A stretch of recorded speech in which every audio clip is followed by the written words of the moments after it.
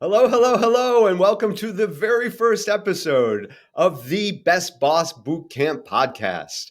This is Danny Ceballos with Unleashed Consulting, and I am delighted to welcome you, dear listener, as you are on the path to becoming a best boss. And with that, I'm delighted to introduce our first guest. Our first guest on the podcast is Dr. Patty Delgado.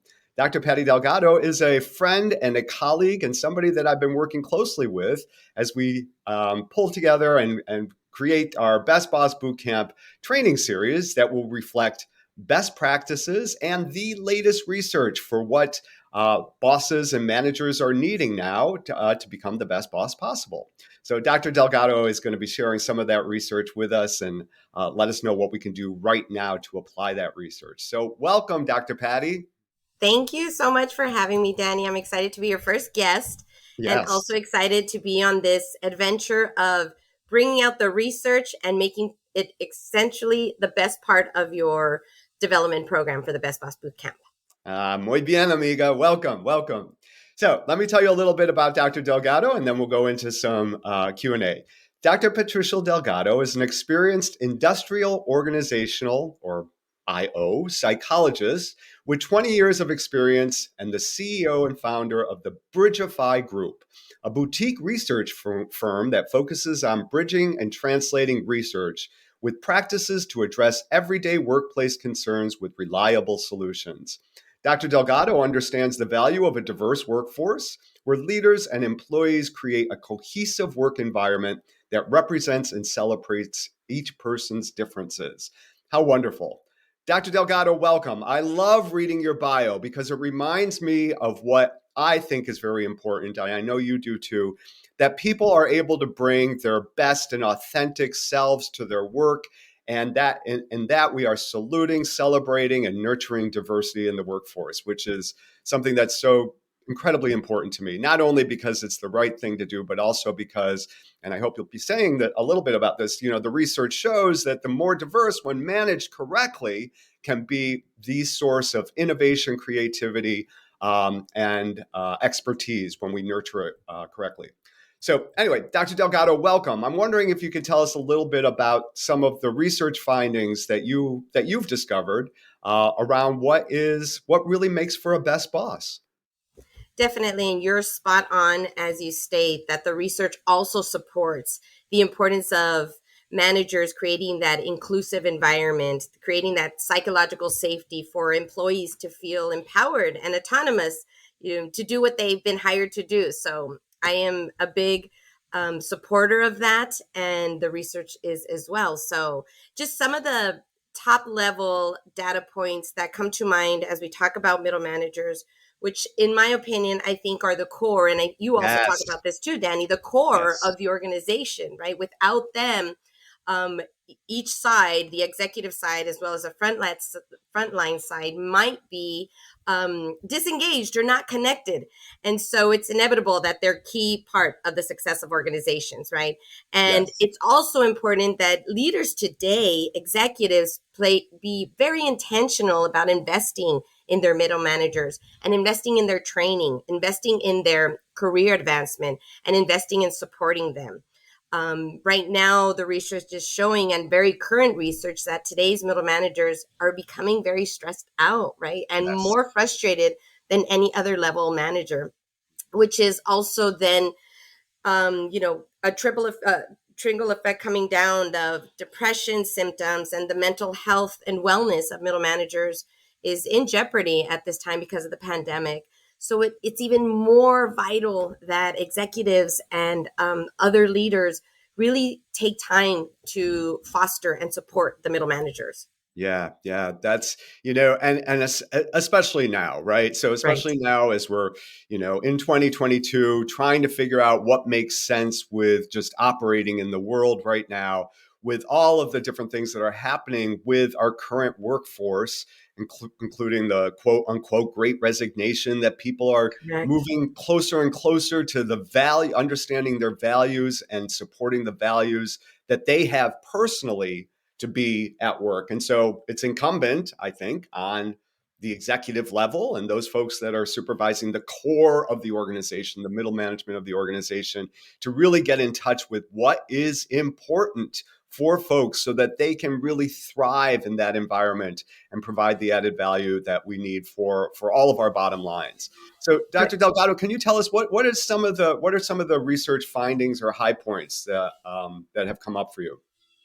So again, in support of why organizations should take time out of their long priority list to focus on middle managers, is that the research shows that 70% of the employees' experience of work is from their middle manager, their direct supervisor.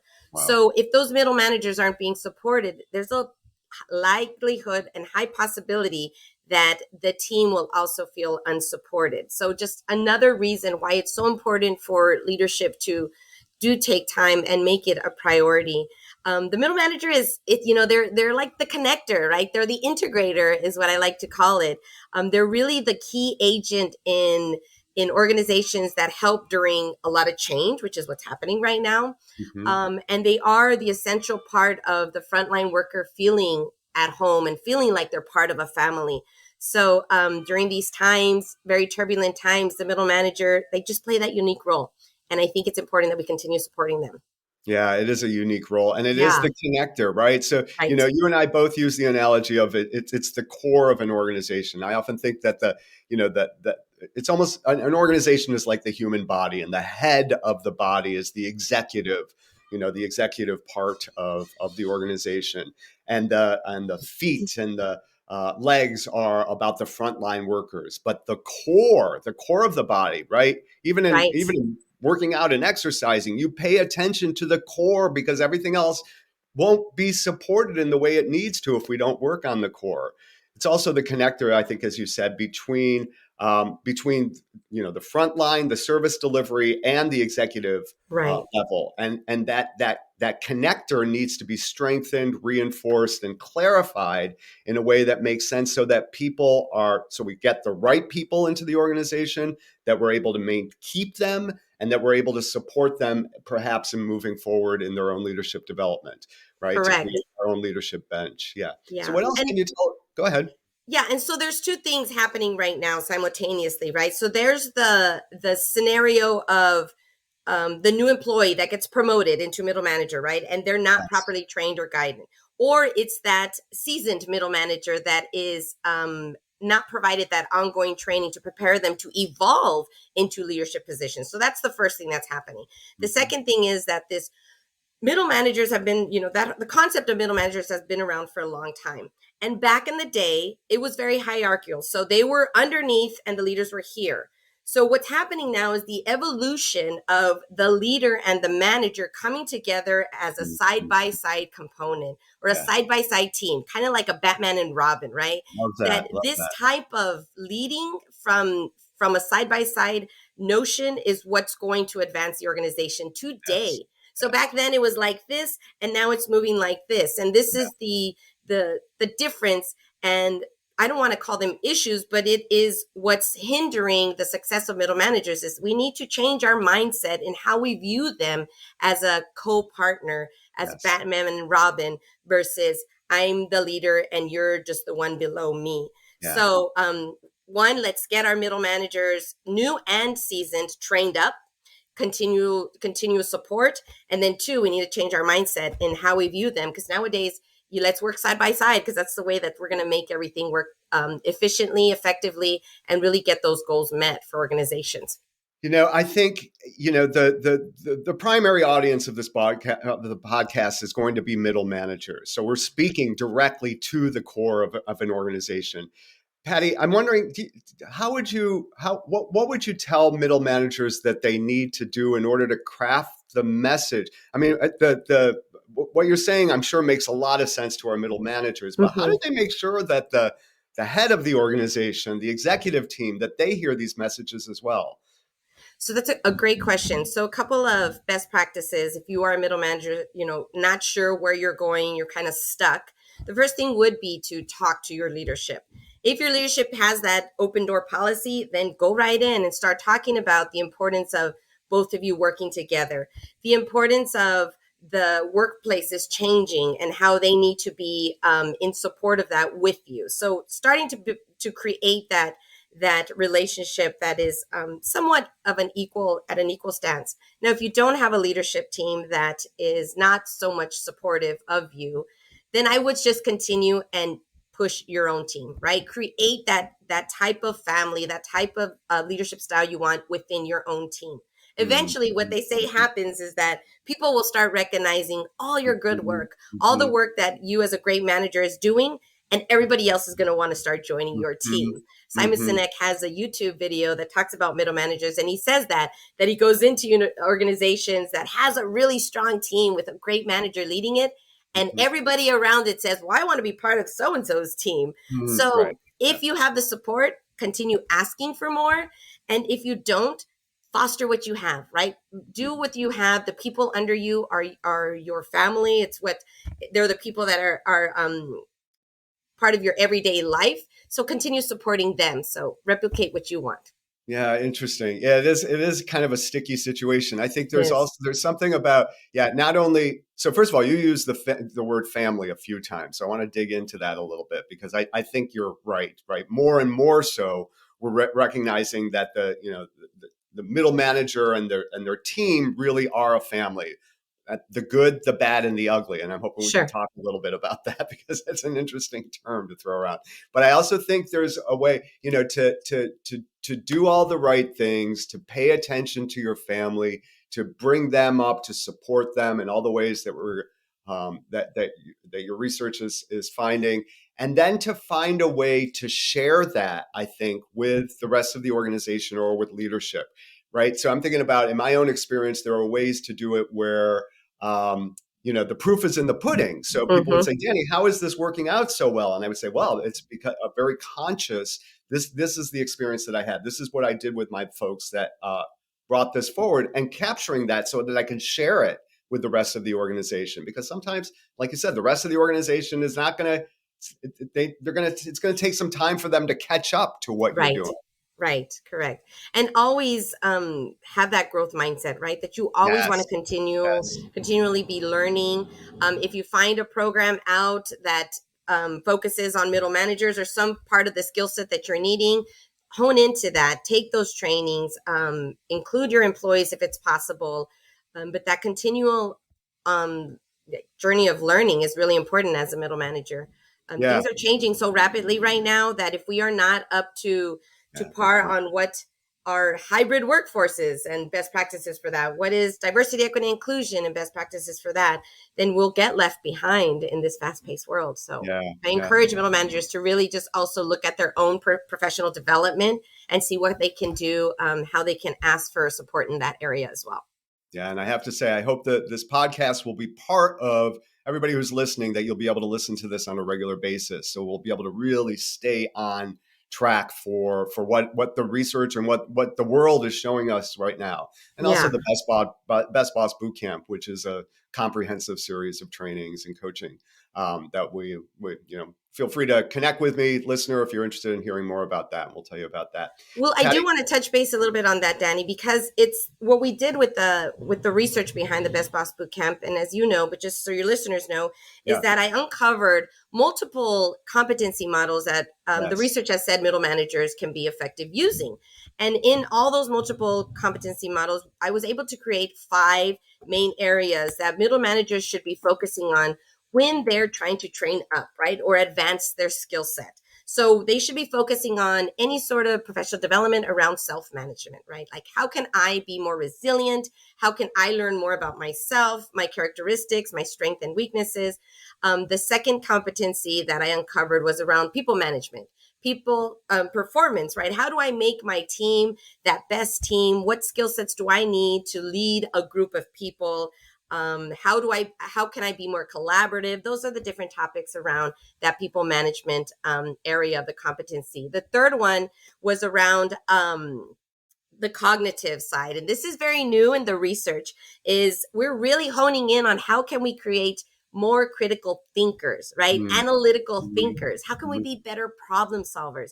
As a middle manager, you are like frontline, you're doing your job and something happens right away. How can you quickly go into that problem solving mode and make something happen so that whatever is going wrong gets fixed quickly. That's all under the cognitive competency. The fourth one is the leadership building. So that's around goal setting. Let's learn how to strategize and implement what the overall organizational goals of the organization are trying to do. How do we make that part of our team and individual goals and duties?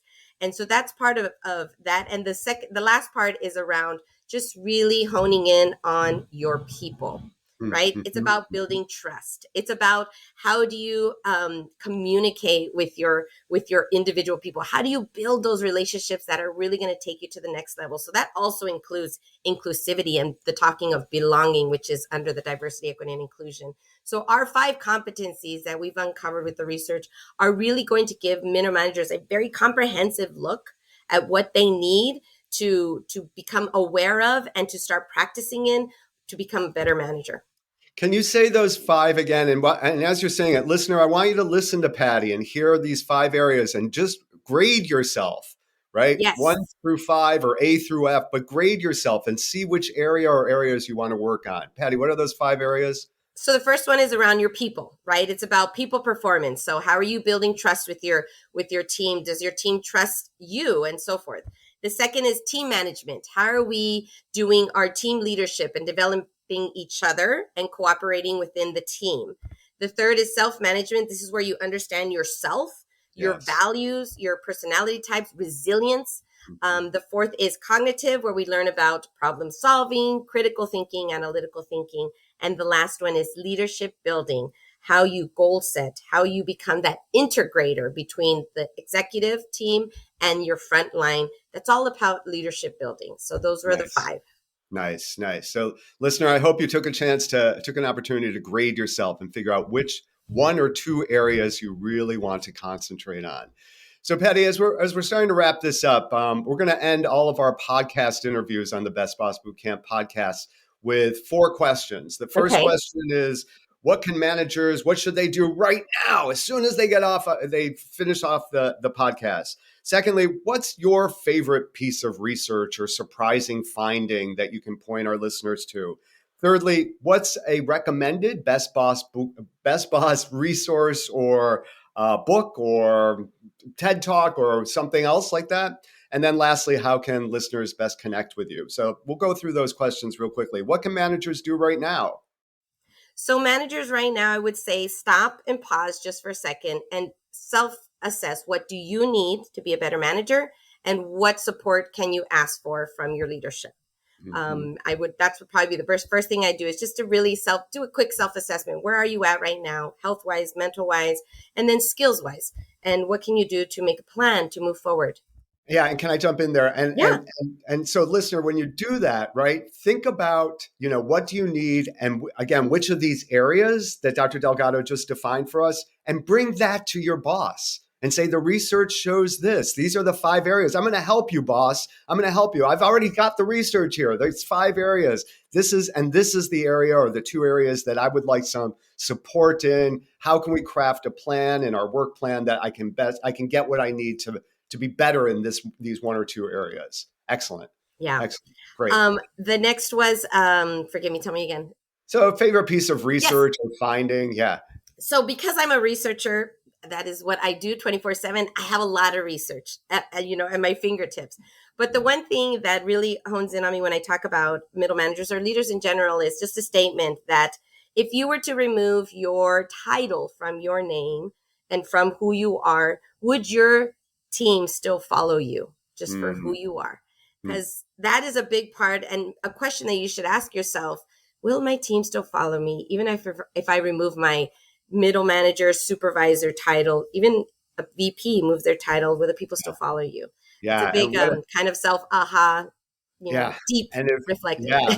For bonus points, listener, right? Bring that very question to your people and ask them, maybe even in your one-on-one conversations. Maybe you don't want to do it in a team meeting, but to say, hey, Patty, I've been working with you for 2 years. I'm just wondering, would you still follow me if there wasn't a formal title in my if there wasn't a formal word in my job title that says Correct. that I'm your leader. So yeah, Correct. Correct. that's bonus though. That's Yes, yeah, it great. definitely is. Okay, Um, and then what's a recommended book or resource or something that you can point people to?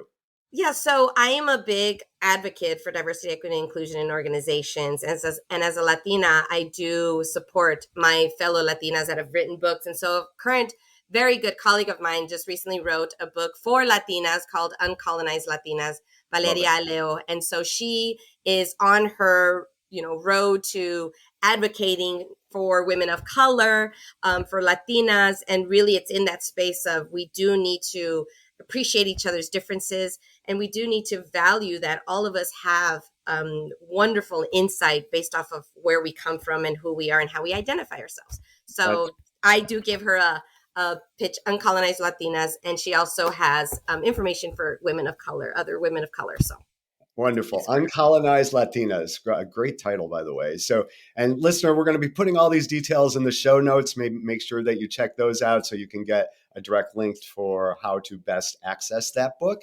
And then lastly, Dr. Delgado, how can listeners best connect with you, get into your orbit, hear what's going on with Yes. you and the Bridgify Group? Tell us that. So with the Bridgify Group, you can always visit my website at www.thebridgifygroup.com. I'm also on LinkedIn under Dr. Patricia Delgado and Instagram under the Bridgify Group. For any IO psychologists out there, I'm part of the community, so reach out to me. And for any manager too that wants information on research and how you can help build that research-based case to show your leader that you need something, you're Yes. always welcome to connect with me. I'm happy to help. That's great. Awesome. Thank you so much, You're Dr. welcome. Delgado. Thank you for being our first guest on the Best Boss Bootcamp podcast. Thank you. And yeah, it's such an honor, and it's such a privilege to be able to, for my own work, to connect the latest research with the practices and the way that I work with my clients. So, listener, I hope you'll respect research the way I have come to respect research and bring that forward into your role, right? No matter what. No matter Um, what. Yes. And a plug to Danny and Unleash Consultings. They are a very supporter of you, the middle manager, the best boss. So reach out to him as well. He awesome. has great resources and support. Thank you so much, You're Dr. welcome. Delgado. All right, everybody. Thank you so much for listening to our premiere podcast episode, and we will see you next time. This is Stay Danny safe. Ceballos. Stay safe, and this is Danny Ceballos with Unleash Consulting and the Best Boss Bootcamp podcast. Bye, everybody. Thank you. Bye bye.